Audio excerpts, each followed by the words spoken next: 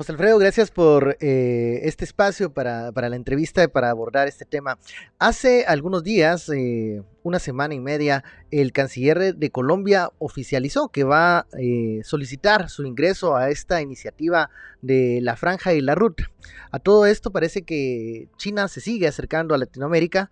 Ya son 22 países que están con esta iniciativa, pero Guatemala es el único país en la región que aún no ha tomado una postura en la política de reconocimiento de una sola China.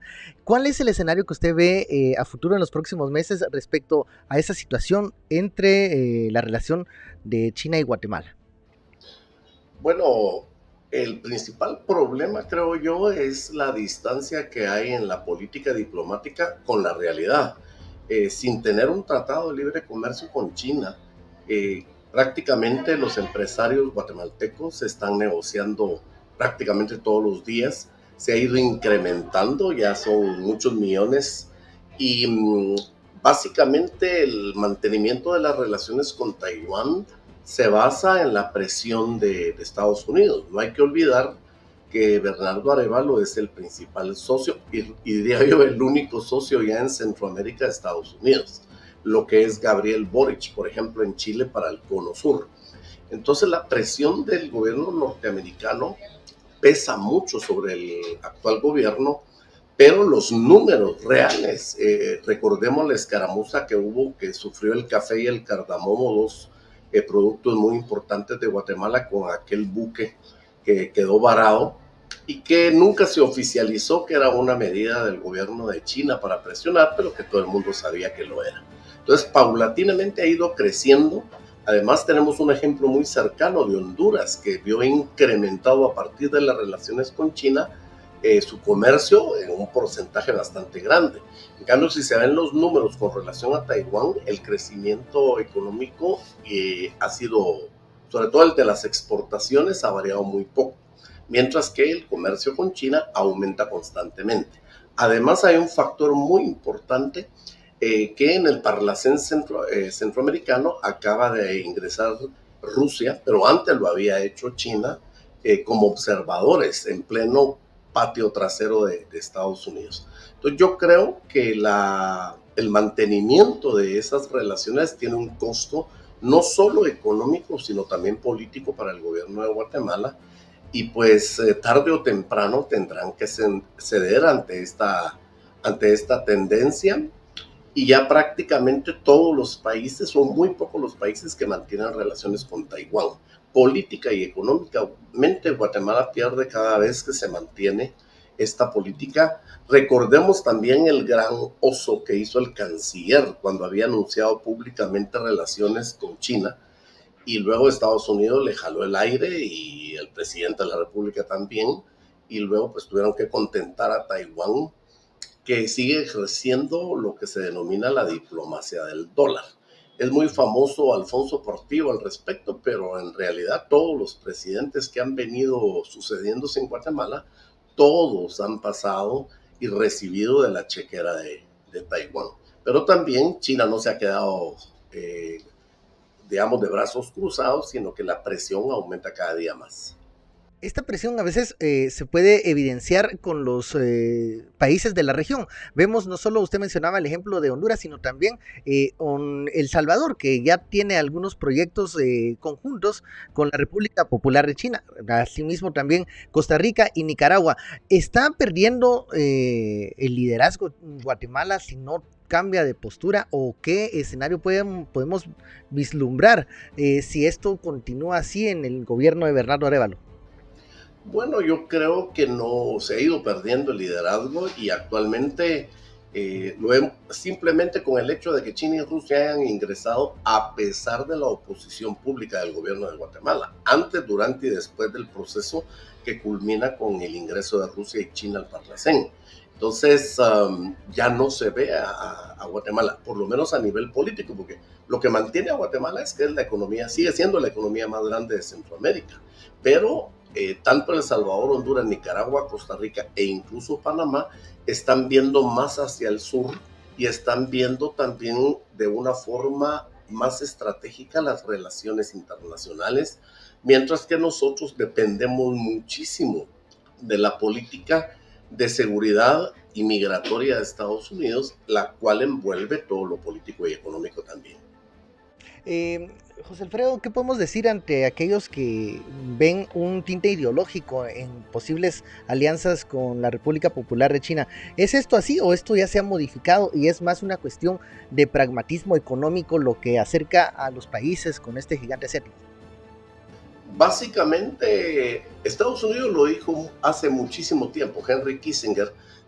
Si algunos que ya peinamos canas lo recordamos muy bien cuando Richard Nixon visitó a la China comunista, al gran enemigo, y cuestionaron a Kissinger, ¿cómo es posible? En 1972 se dio la reunión de, de un presidente norteamericano en China y él acota aquella famosa frase de Estados Unidos no tiene amigos ni enemigos, solo intereses.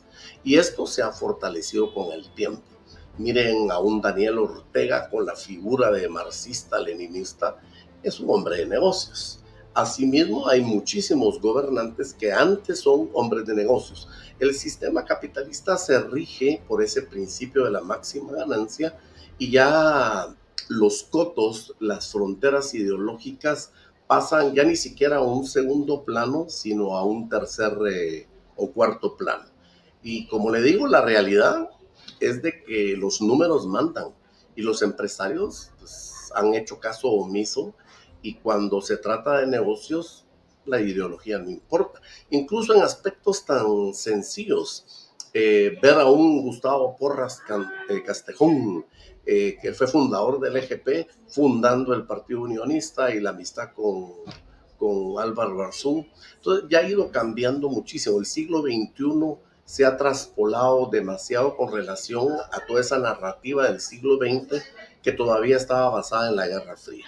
Hoy lo que hay son intereses. Y si los intereses coinciden y me convienen, pues como piense el, el gobernante de un determinado país, no tiene ninguna importancia. Ya pasaron esos tiempos donde el peso ideológico sí importaba en la correlación de fuerzas y las relaciones internacionales.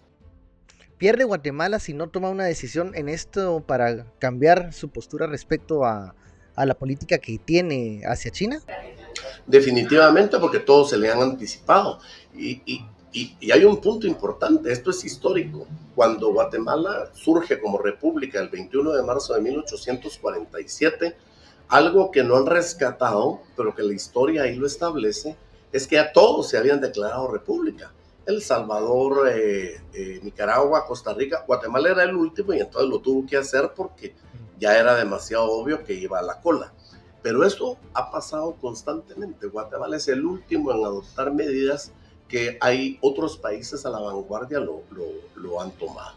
Entonces, aparentemente, que se ha ido diluyendo esta idea de que tenemos un gobierno de izquierda con Bernardo Arevalo. Hay demasiada evidencia de que esto no es así.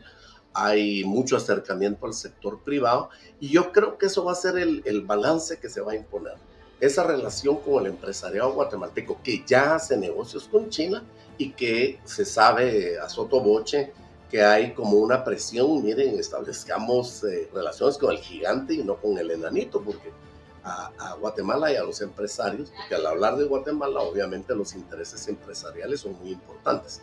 Yo creo que paulatinamente esa gota del empresariado de decirle, mire, nos conviene más estar con China, y aquí es o frío o quemado, porque los chinos han sido muy claros en decir el principio básico para establecer relaciones es el principio de una sola China.